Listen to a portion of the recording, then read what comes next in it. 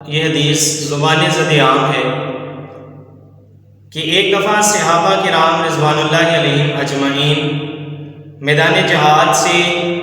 فتح کے بعد واپس آ رہے تھے تو اللہ کے رسول صلی اللہ علیہ وسلم نے ان سے کہا کہ اے میرے صحابہ، آج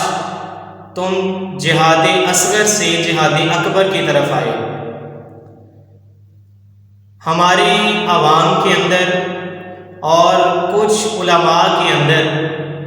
یہ بات مشہور ہے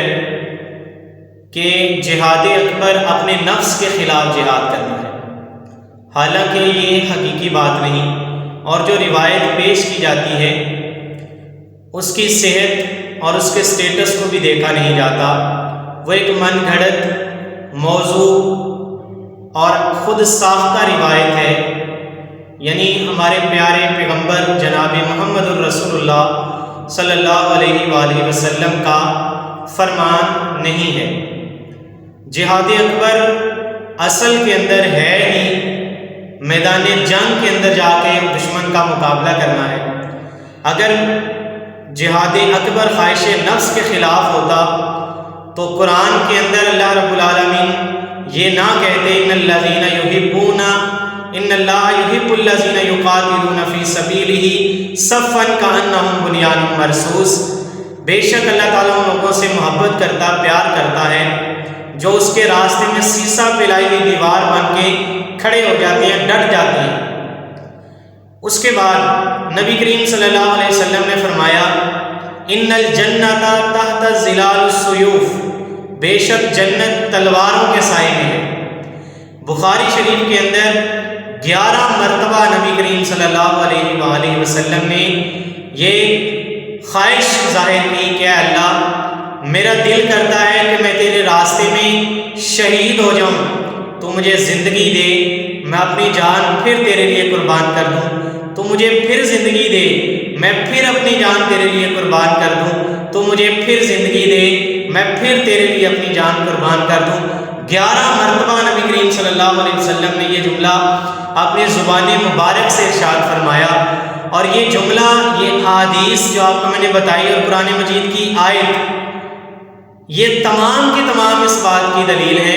کہ جہاد اکبر خواہش نفس کے خلاف جہاد نہیں، بلکہ دشمن کے ساتھ مقابلہ کرنا، دشمن کی آنکھوں میں آنکھیں ڈال کے دشمن کو نیست و نابود کر دینا، دشمن کے جو ہوش اور حواس ہیں ان کو اڑا کے رکھ دینا اور ان کو ناکو چنے چبوا دینا، دشمن کے خلاف سیسا پلائی دیوار بن کے کھڑے ہو جانا، اپنی جان، مال، عزت، آبرو، خاندان، قوم، قبیلہ، ذات، برادری، ماں، بہن، اولاد، بیوی، ان تمام کی محبتوں کو چھوڑ کر انسان اللہ کے لیے اپنی جان قربان کرنے کے لیے جب تیار ہو جاتا ہے تو اس کو جہاد اکبر کہا جاتا ہے۔ لیکن ہماری سوسائٹی کے اندر، معاشرے کے اندر اس کا معنی الٹ اور غلط مفہوم اس سے مراد لیا جاتا ہے کہ اس سے مراد خواہش نفس ہے، حالانکہ پوری ذخیرہ احادیث کو اٹھا کے دیکھیے، قرآن مجید کی آیات بینات کو دیکھیے، آپ کو ایک آیت بھی ایسی نہیں ملے گی اور نہ ہی آپ کو ایک حدیث ایسی ملے گی جو اس بات کے اوپر دلالت کرتی ہو کہ جہاد اکبر خواہش نفس کے خلاف جہاد کو کہا جاتا ہے۔ یہ ہماری سوسائٹی کے اندر مشہور ہے، زبان زد عام بات ہے، ایک ایسی بات ہے جس کو بول بول کے، جس کا ذکر کر کے اتنا اس کو فیم مل گئی کہ یہ زبان زد عام ہو گیا۔ کتابوں کے اندر بھی یہ باتیں ہمیں دیکھنے کو، پڑھنے کو ملتی ہیں کہ جہاد نفس کے خلاف جو جہاد ہے اس کو جہاد اکبر کہا جاتا ہے۔ تو یہ غلط فہمی ہماری قوم کے اندر، ہمارے مسلم ملت کے اندر پائی جاتی ہے، تو اس سے بھی انسان کو ذرا اوائڈ کرنا چاہیے۔